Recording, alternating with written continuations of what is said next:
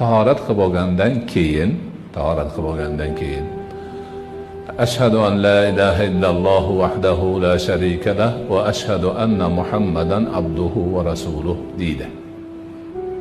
Payg'ambarimiz alayhisolatu vassalom o'zlarining muborak hadislarida aytadilarki, kim yaxshilab tahorat qilib bo'lgandan keyin mana shu duoni o'qisa, shahodat kalimalarini aytsa, unga birdaniga jannatni 8 eshigini hammasi ochiladi. Xohlaganidan kiradi deydi. Oson narsa.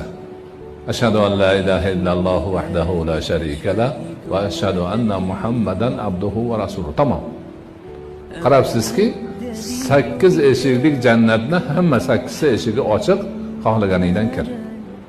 Bu degani nima degani? Bu degani demak shu ishni qilgan odam o'sha narsaga haqdor bo'ladi.